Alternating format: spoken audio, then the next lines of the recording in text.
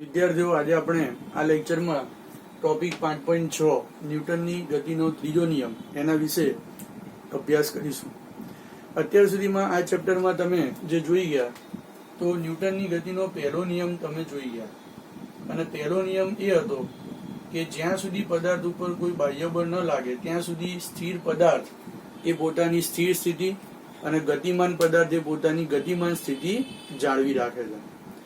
જેને તમે ગેલિલિયોનો જડત્વનો નિયમ છે એને જ થોડાક અલગ સ્વરૂપમાં ન્યૂટને એ ફેરવી અને મૂક્યો. ત્યારબાદ આપણે જોયું ન્યૂટનની ગતિનો બીજો નિયમ. તો બીજો નિયમ ખૂબ જ અગત્યનો આપણા માટે અહીંયા સાબિત થયો, કારણ કે કેટલાય વૈજ્ઞાનિકો એ બળનું મૂલ્ય શોધવામાં નિષ્ફળ રહેલા, અને સૌ પ્રથમ બળ કેટલું હોય તો એનો ખ્યાલ એ કોણે આપ્યો? ન્યૂટને આપ્યો. એના માટે તમે જાણો છો એ પ્રમાણે આગળ ભણી ગયા કે P ઇક્વલ્સ ટુ અહીંયા m ઇન્ટુ v. એટલે સૌ પ્રથમ ન્યૂટને વેગમાનનો ખ્યાલ અહીંયા રજૂ કર્યો કે માત્ર વેગ અગત્યનો નથી, પણ દળ અને વેગનો ગુણાકાર એ વેગમાન એ અહીંયા અગત્યની ભૌતિક રાશિ છે. એટલે તમે એવું જોઈ ગયા કે ખટારો જો જતો હોય તો એનો વેગ અને સાયકલનો વેગ બંને સરખો છે, પણ જો તમારે ખટારાને રોકવો હોય તો વધારે બળ આપવું પડે, જ્યારે સાયકલને રોકવા માટે ઓછું બળ આપવું પડે, કારણ કે ખટારાનું દળ વધારે છે માટે એનો વેગમાન વધારે છે.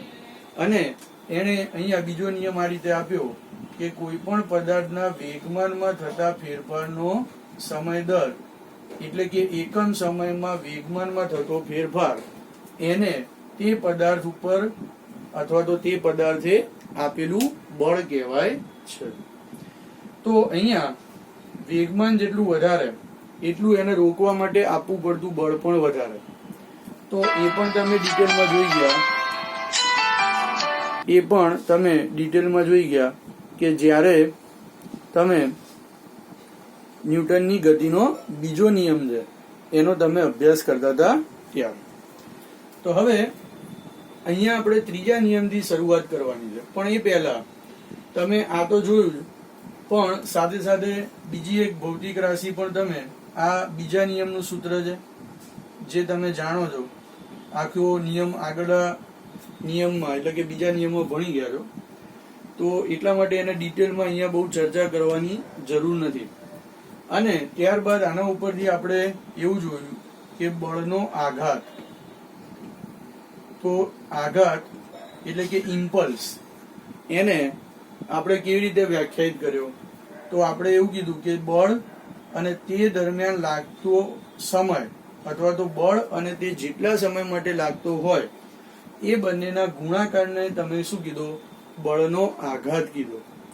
અને તમે જો આ સૂત્ર ઉપરથી ન્યૂટનની ગતિના બીજા નિયમ ઉપરથી બળ અને તે લાગતું હોય કેટલા સમય દરમિયાન ના સમયના ગુણાકારને બળનો આઘાત કહેવાય, અને એના બરાબર અહીંયા ડેલ્ટા પી એટલે કે વેગમાનમાં થતો ફેરફાર જ મળે છે.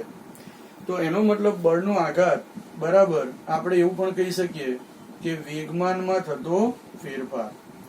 તો આટલી જે વાત આપણે કરી ગયા એ અત્યાર સુધીમાં પહેલા અને બીજા નિયમની અંદર જોઈ ગયા.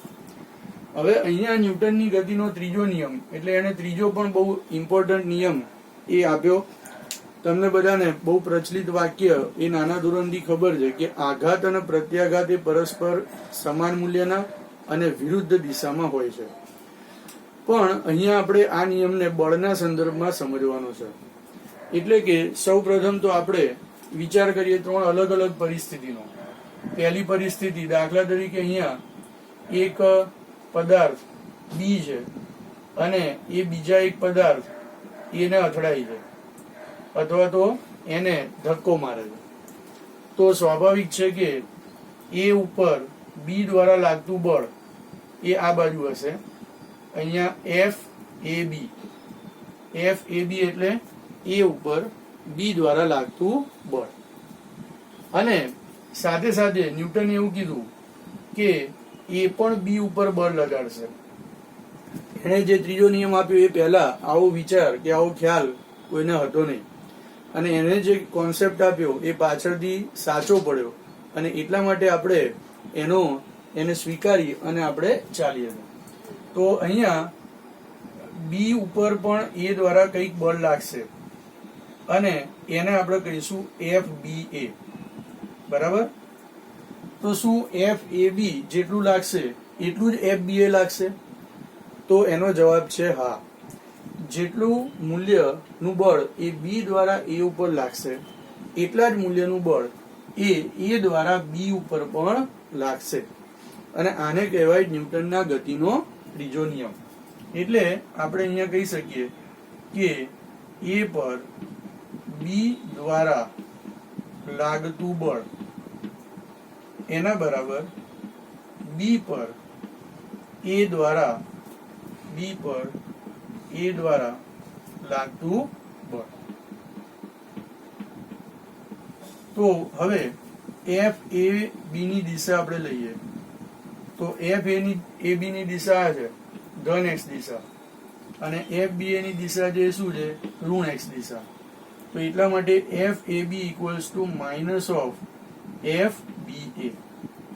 એટલે કે A ઉપર B દ્વારા લાગતું બળ અને B ઉપર A દ્વારા લાગતું બળ બંને પરસ્પર વિરુદ્ધ દિશામાં છે અને સમાન મૂલ્યના હોય છે. તો આવું એક અગત્યનું તારણ એ ન્યૂટને કીધું.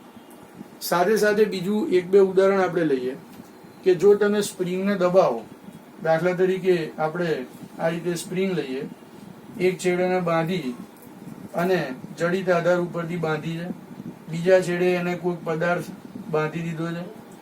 આ છેડો જડિત છે, અહીંયા પદાર્થને તમે આમથી આમ ખસેડી શકો છો. તો જો તમારે અનુભવવું હોય તો જો તમે આને એ દબાવશો તો તેવા સંજોગોની અંદર એ થોડોક અંદર જશે અને જો એને દબાઈ રાખશો, દાખલા તરીકે આટલે એ અહીંયા સ્પ્રિંગ એ નોર્મલ કન્ડિશનમાં છે, પણ જો અહીંયા સ્પ્રિંગ તમે લાવી દો તો તેવા સંજોગોમાં તમારે એને ત્યાં જાળવી રાખવા માટે એ શું કરવું પડે? તો ત્યાં તમારે એ આ રીતે સતત બળ લગાડવું પડે. એટલે કે જેટલા મૂલ્યનું બળ તમે આ બાજુ લગાડ્યું એટલા જ મૂલ્યનું બળ એ સ્પ્રિંગના કિસ્સામાં તમને અનુભવાય કે એ આ દિશામાં લાગે છે. તો આ ઉપરથી આપણને થોડો આઈડિયા આવે કે હા, આ વાત થોડી સાચી હશે. અને ત્યારબાદ આપણે અહીંયા લઈએ ત્રીજો કેસ કે જે પણ ખૂબ ઇમ્પોર્ટન્ટ છે, જેની અંદર એવું કહેવામાં આવે છે કે ધારો કે પૃથ્વી છે, તો પૃથ્વી તો ઘણી મોટી છે. બરાબર? આ બંને ઉદાહરણોની ચર્ચા કરી છે. ત્રીજા ઉદાહરણની ચર્ચા પણ અહીંયા જે ચોપડીમાં કરી છે એ પ્રમાણે આપણે લઈએ કે ધારો કે આ પૃથ્વી છે અને એક પદાર્થ છે. હવે પૃથ્વીની સરખામણીમાં અહીંયા તમે મારી પાસે એક પદાર્થ છે એને આપણે છોડી દઈએ તો એ પદાર્થ ક્યાં પડશે? નીચે પડશે. જો પદાર્થ નીચે પડે તો આપણને તો એટલું જ ખબર છે કે પૃથ્વી દ્વારા એ પથ્થર ઉપર લાગતું બળ કે પદાર્થ ઉપર લાગતું બળ એ નીચેની દિશામાં હશે. પણ શું પદાર્થ પણ પૃથ્વીને એટલા જ બળ દ્વારા ખેંચતો હશે? તો એનો જવાબ પણ છે હા. એટલે કે જેટલા મૂલ્યનું બળ એ પૃથ્વી પથ્થર ઉપર લગાડે છે એટલા જ મૂલ્યનું બળ એ પથ્થર દ્વારા કોના ઉપર લાગે છે? પૃથ્વી ઉપર. એના કરતા વિરુદ્ધ દિશામાં લાગે છે. પણ આપણી પાસે સૂત્ર આવું પણ છે જે તમે તારવી ગયા ન્યૂટનની ગતિના બીજા નિયમમાં કે F ઇક્વલ્સ ટુ શું થાય? ma. અને પૃથ્વીનું દળ એ પથ્થરના દળ કરતા અનેક ગણું વધારે હોવાથી પૃથ્વી છે એ પૃથ્વી ગતિ કરતી નથી. એટલે કે એનો પ્રવેગ કેવો થાય છે? શૂન્ય જેવો થઈ જાય છે. બરાબર?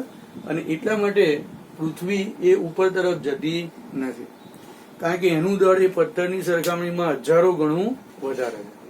પણ ખરેખર જો તમે જોવા જાઓ તો જેટલા મૂલ્યનું બળ એ પથ્થર ઉપર પૃથ્વી લગાડે છે તેટલા જ મૂલ્યનું બળ એ પૃથ્વી ઉપર પથ્થર એ વિરુદ્ધ દિશામાં લગાડે છે.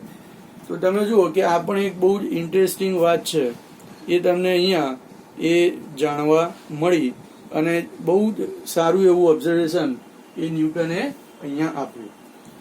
હવે એનો જે નિયમ છે એને આપણે આ રીતે લખી શકીએ કે કોઈ પણ જગ્યાએ કુદરતમાં બળ હોય છે એ એકાકી હોતું નથી. એટલે કે કોઈ એક જ બળ લાગે તો એવું ના હોય.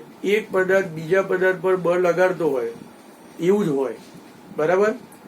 અને એટલા માટે અહીંયા આપણે કહી શકીએ કે જો સારા શબ્દોમાં લખીએ તો ન્યૂટોનિયન યંત્રશાસ્ત્ર એટલે ન્યૂટોનિયન યંત્રશાસ્ત્ર.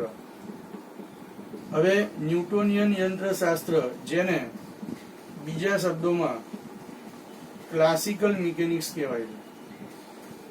એટલે આપણે ત્રીજા ચેપ્ટરથી માંડી અને અત્યારે છઠ્ઠા સાતમા ચેપ્ટર સુધી જે બધું ભણીશું એ બધું ક્લાસિકલ મિકેનિક્સમાં આવે. અને ન્યૂટોનિયન યંત્રશાસ્ત્ર એટલે જે ન્યૂટનને નિયમોને લાગુ પડતું જે શાસ્ત્ર છે, એટલે કે એ પણ ક્લાસિકલ મિકેનિક્સ બ્રાન્ચમાં આવે. તો અહીંયા ન્યૂટોનિયન જે યંત્રશાસ્ત્ર છે એ ન્યૂટોનિયન યંત્રશાસ્ત્ર એની અંદર એવું કહેવાય કે બે બળો એક સાથે ઉદ્ભવે છે. એવું ના થાય કે એક બળ ઉદ્ભવ્યું, બરાબર, તો એક પદાર્થ બીજા પદાર્થ પર જેટલું બળ લગાડે છે તેટલા જ મૂલ્યનું બળ એ બીજો પદાર્થ એ શું કરે છે, પહેલા પદાર્થ ઉપર લગાડે. તો માટે આપણે અહીંયા કહી શકીએ કે અહીંયા ન્યૂટોનિયન યંત્રશાસ્ત્ર પ્રમાણે કે કોઈ પણ બળ એકાકી હોતું નથી.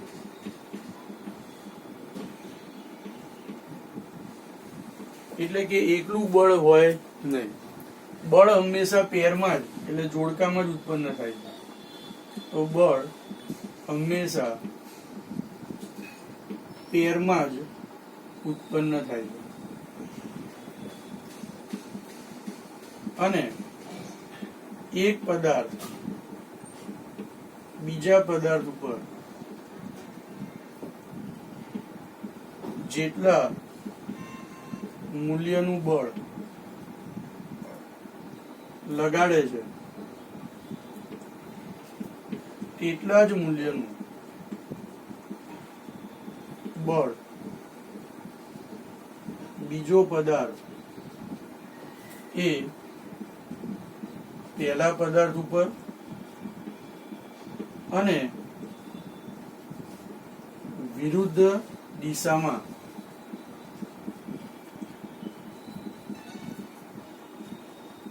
લગાડે છે, બરાબર. તો આ ન્યૂટનની ગતિનો બીજો નિયમ ત્રીજો નિયમ થયો. તો એક પદાર્થ એ બીજા પદાર્થ પર જેટલા મૂલ્યનું બળ લગાડે છે તેટલા જ મૂલ્યનું બળ બીજો પદાર્થ પહેલા પદાર્થ પર અને પાછું કઈ દિશામાં, વિરુદ્ધ દિશામાં લગાડે છે. હવે ખરેખર ન્યૂટને આ શબ્દોમાં નિયમ નથી આપ્યો. એણે કીધું કે two every action there is equal and opposite reaction. એટલે કે દરેક આઘાત હોય અથવા દરેક ક્રિયા હોય, આઘાત નહીં પણ દરેક ક્રિયા હોય એની વિરુદ્ધમાં સમાન મૂલ્યનું અને વિરુદ્ધ દિશામાંનું પ્રતિક્રિયા બળ આપણને મળે છે. એટલે કે દરેક ક્રિયાની એક પ્રતિક્રિયા હોય છે. હવે આ બહુ ફેમસ થઈ ગયેલું છે. તમે જો કે કોઈ પણ જગ્યાએ બે દેશ વચ્ચે ઝઘડો થાય તો એક દેશ હુમલો કરે, ત્યારબાદ બીજો દેશ એના ઉપર હુમલો કરે. એવા સંજોગોમાં આપણે કહીએ છીએ કે for every action there is equal and opposite reaction. તો અહીંયા એનો જે નિયમ છે એ એના શબ્દોમાં જો આપણે કહીએ તો આ તો આપણે એનું અર્થઘટન કર્યું, પણ એણે બળની વાત કરી છે. ભલે કીધો શબ્દ એ એક્શન અને રિએક્શન, બરાબર. તો આપણે એને જો એના જ શબ્દોમાં લખીએ તો ગુજરાતીમાં લખીએ, દરેક ક્રિયાબળને હંમેશા સમાન અને પરસ્પર વિરોધ દિશામાંનું પ્રતિક્રિયાબળ હોય છે. દરેક ક્રિયાબળને હંમેશા, તો આપણે અહીંયા કહી શકીએ કે એના જ શબ્દોમાં જો ન્યૂટનની ગતિનો ત્રીજો નિયમ લખવો હોય તો દરેક ક્રિયાબળને હંમેશા સમાન અને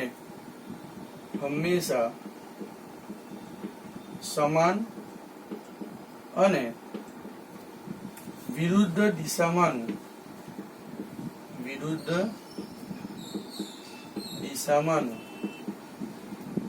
પ્રતિક્રિયા બળ હોય છે.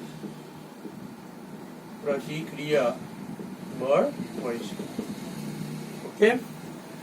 હવે અહીંયા તમે જુઓ કે ક્રિયાબળ અને પ્રતિક્રિયા બળ શબ્દ વાપર્યો છે. આપણે ગુજરાતીમાં, અને ઇંગ્લિશમાં એને કીધું for every action or two every action there is equal and opposite reaction.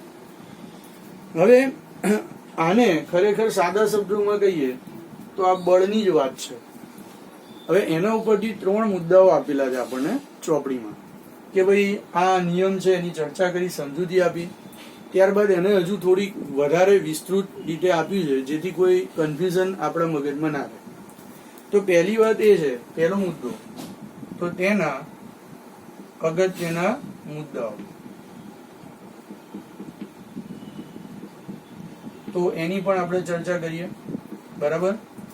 જ્યારે પણ તમે પરીક્ષામાં, બોર્ડની પરીક્ષામાં કોઈ પણ નિયમ અથવા વ્યાખ્યા લખતા હોય તો ચોપડીમાં આપી હોય એવી અક્ષરશઃ લખવાની. કારણ કે જ્યારે તમે વ્યાખ્યા લખો છો તો એ વ્યાખ્યા એ રીતે બનાવેલી હોય છે કે જેમાં કોઈ પણ પ્રકારની લૂપ હોલ આવેલી હોતી નથી. એટલે કે તેની અંદર કોઈ પણ પ્રકારની એ છટકબારી હોતી નથી. બરાબર. તો એટલા માટે આપણે જો એક શબ્દ પણ રહી જાય તો એનું અર્થઘટન બદલાઈ જતું હોય છે. તો અહીંયા અગત્યના જે મુદ્દાઓ છે એમાં પહેલો અગત્યનો મુદ્દો એ છે કે અહીંયા એક્શન રિએક્શન શબ્દ વાપર્યો છે ઇંગ્લિશમાં, પછી અહીંયા ક્રિયાબળ અને પ્રતિક્રિયાબળ આપેલો છે, કેટલાક આઘાત અને પ્રત્યાઘાત પણ કહે છે, પણ અહીંયા એનો અર્થ બધાનો એક જ છે કે ક્રિયાબળ અને પ્રતિક્રિયાબળ નો અર્થ જો આપણે લઈએ તો અર્થ એ બળ છે. બરાબર કે નહીં? એટલે કે ક્રિયાબળ અને પ્રતિક્રિયા બળ છે એ શબ્દોનો અર્થ શું છે? બળ જ છે. એટલે તમને ક્રિયાબળ કે પ્રતિક્રિયા બળ કે પણ સમજવાનું કે ભાઈ આ બળની વાત છે, બીજી કોઈ વાત છે નહીં. બરાબર. એટલે કે એક પદાર્થ બીજા પદાર્થ પર જેટલા મૂલ્યનું બળ લગાડે તેટલા જ મૂલ્યનું બળ બીજો પદાર્થ પહેલા પદાર્થ ઉપર લગાડે છે. એટલે અહીંયા એ બળ ના સંદર્ભમાં જ વાત આવેલી છે. શબ્દો ગમે તે વાપરે કોઈ, બળના સંદર્ભમાં ન્યૂટનની ગતિનો ત્રીજો નિયમ છે. બરાબર કે નહીં? એટલે પહેલો મુદ્દો આ આપેલો છે. હવે થોડુંક એમણે લંબાણમાં લખ્યું છે, પણ આપણે જે મુદ્દાની સમજૂતી ઉપર ખાસ ફોકસ કરીશું. ત્યારબાદ બીજો મુદ્દો એ અગત્યનો છે. એમાં એવું કહે છે કે અહીંયા ક્રિયાબળ અને પ્રતિક્રિયાબળ એટલે આપણે વ્યવહારમાં ધારો કે એક દેશે બીજા દેશ ઉપર હુમલો કર્યો તો એ એક્શન લીધું કહેવાય. એના ફળ સ્વરૂપે 2 દિવસ રહી અને બીજો દેશે પહેલા દેશ ઉપર હુમલો કરે તો એને એનું રિએક્શન કહેવાય. તો વ્યવહારમાં જે બાયોલોજીકલ એક્શન રિએક્શન હોય છે તો જૈવિક જે હોય એમાં તો સમય અલગ અલગ હોઈ શકે, પણ અહીંયા જે સમયે એક્શન થાય છે એટલે કે જે સમયે પહેલો પદાર્થ બીજા પદાર્થ પર બળ લગાડે છે તે જ સમયે અને તેટલા જ સમય માટે એ બીજો પદાર્થ એ પહેલા પદાર્થ ઉપર શું લગાડે છે? બળ લગાડે છે. એટલે કે ક્રિયાબળ અને પ્રતિક્રિયાબળ એ એક જ સમય અને એક જ સરખા સમય માટે લાગે છે. તો બીજો મુદ્દો છે એ તમારી પાસે એ આ છે કે ક્રિયાબળ અને પ્રતિક્રિયાબળ એક જ સમય લાગે છે, અલગ અલગ સમય લાગતું નથી. તો અહીંયા કહી શકાય કે ક્રિયાબળ અને પ્રતિક્રિયાબળ એક જ સમય લાગે, એક જ સમય, અને વધારે ડિટેલમાં કેવું હોય તો સમાન સમય માટે લાગે. જેટલો સમય માટે એ બી પર બળ લગાડે એટલા જ સમય માટે બી એ ઉપર લગાડે. પણ ચોપડીમાં માત્ર આટલું જ કીધું છે તો આપણે આટલું જ લખીએ કે એક જ સમયે લાગે છે. બરાબર કે નહીં? પ્રતિક્રિયા બળ એ પાછળથી લાગતું નથી, એટલે થોડા સમય પછી જઈને પ્રતિક્રિયા બળ આવે એવી વાત અહીંયા છે નહીં. એટલે પહેલી વાત તો આમાં એ છે. બીજી વાત કે અહીંયા તમે ગમે તે એકને ક્રિયાબળ કહી શકો અને ગમે તે એકને પ્રતિક્રિયાબળ કહી શકો. દાખલા તરીકે કોઈ એમ કે હું એ ઉપર લાગતું બળ છે એને આપણે પ્રતિક્રિયાબળ કહું, બી ઉપર લાગતું બળ છે એને ક્રિયાબળ કહું, તો એમાં કોઈ ફરક પડે ખરો? તો કે ના. બરાબર. એટલે આપણે અહીંયા કહી શકીએ કે અહીં ગમે તે બળને એ ક્રિયાબળ કહેવાય, કહી શકાય. અને બીજા બળને, કારણ કે બે બળો જ ઉદ્ભવે છે, બીજું બળ એના કરતા વિરુદ્ધ દિશામાં હશે, સમાન મૂલ્યનું હશે, તો માટે બીજા બળને એ પ્રતિક્રિયા બળ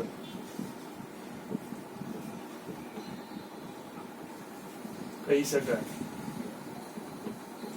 એટલે એવું નથી કે ભાઈ આપણે આને જ બળ કેવું અને આને જ ક્રિયા બળ કેવું, બીજાને પ્રતિક્રિયા બળ કેવું, તો એવું કોઈ રિસ્ટ્રિક્શન અહીંયા છે નહીં. બરાબર. તો અહીંયા જો સેકન્ડ મુદ્દામાં ખાસ તો એક વાત અગત્યની એ કે બંને એક જ સમય માટે લાગે છે. બરાબર. એટલે દાખલાઓમાં ક્યાં કેમ કે આ કેમ આવી રીતનું છે, તો પ્રતિક્રિયા બળ અને ક્રિયાબળ માટેનો સમય એ એક જ છે. એટલે પહેલા તો આપણા મગજમાં એ ધ્યાન રહેવું જોઈએ. બીજું કે ગમે તે એક બળને ક્રિયાબળ કહો, એવું કઈ રિસ્ટ્રિક્શન નથી કે ભાઈ પહેલા લાગ્યું તો એને આપણે ક્રિયાબળ કહીએ, બીજાને આપણે શું કહીએ, પ્રતિક્રિયા બળ. તો એવું અહીંયા લેવાની કોઈ જરૂર નથી, અથવા તો કોઈ નક્કી કરેલું હોતું નથી. પણ તમે જે લો એને આખા દાખલા દરમિયાન જાળવી રાખવાનું, જેથી કોઈ પ્રકારનું કન્ફ્યુઝન ના થાય. અને ત્રીજો અને લાસ્ટ મુદ્દો છે એની આપણે ચર્ચા કરીએ તો એ છે કે ભાઈ બંને જે આપણે પહેલા ચર્ચા કરી જ ગયા છે શરૂઆતમાં, બરાબર, કે એક જ પદાર્થ પર ક્રિયાબળ અને પ્રતિક્રિયા બળ છે એ અલગ અલગ પદાર્થો પર લાગે છે.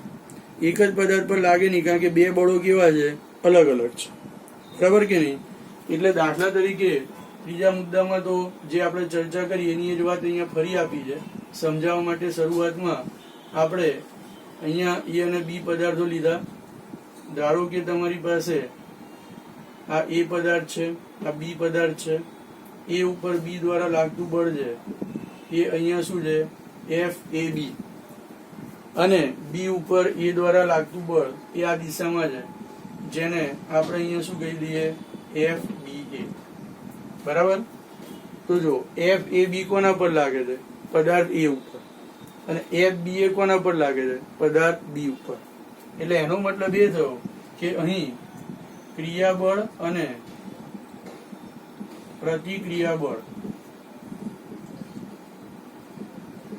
ક્રિયાબળ અને પ્રતિક્રિયાબળ જુદા જુદા પદાર્થો પર લાગે છે. જુદા જુદા પદાર્થો પર લાગે છે. બરાબર. બીજી વાત અહીંયા અગત્યની એ છે કે આપણે જે જોઈ ગયા એ પ્રમાણે FAB બરાબર માઇનસ FBA, એટલે કે એક પદાર્થ બીજા પદાર્થ પર જેટલું બળ લગાડે છે એટલા જ મૂલ્યનું બળ એ બીજો પદાર્થ એ પહેલા પદાર્થ ઉપર અહીંયા લગાડે છે. એટલે એ પણ અહીંયા આપણે આગળ જોઈ ગયા એની એ જ વાત છે. પણ અહીંયા આનું એક બીજું સરસ પરિણામ એ છે કે એનો મતલબ એ થયો કે જો આ બંને એકબીજાના સમાન અને વિરુદ્ધ દિશામાં હોય તો આપણે ફિઝિક્સમાં, ખાસ કરીને મેથ્સના વિદ્યાર્થીઓને આગળ ખાસ આવશે.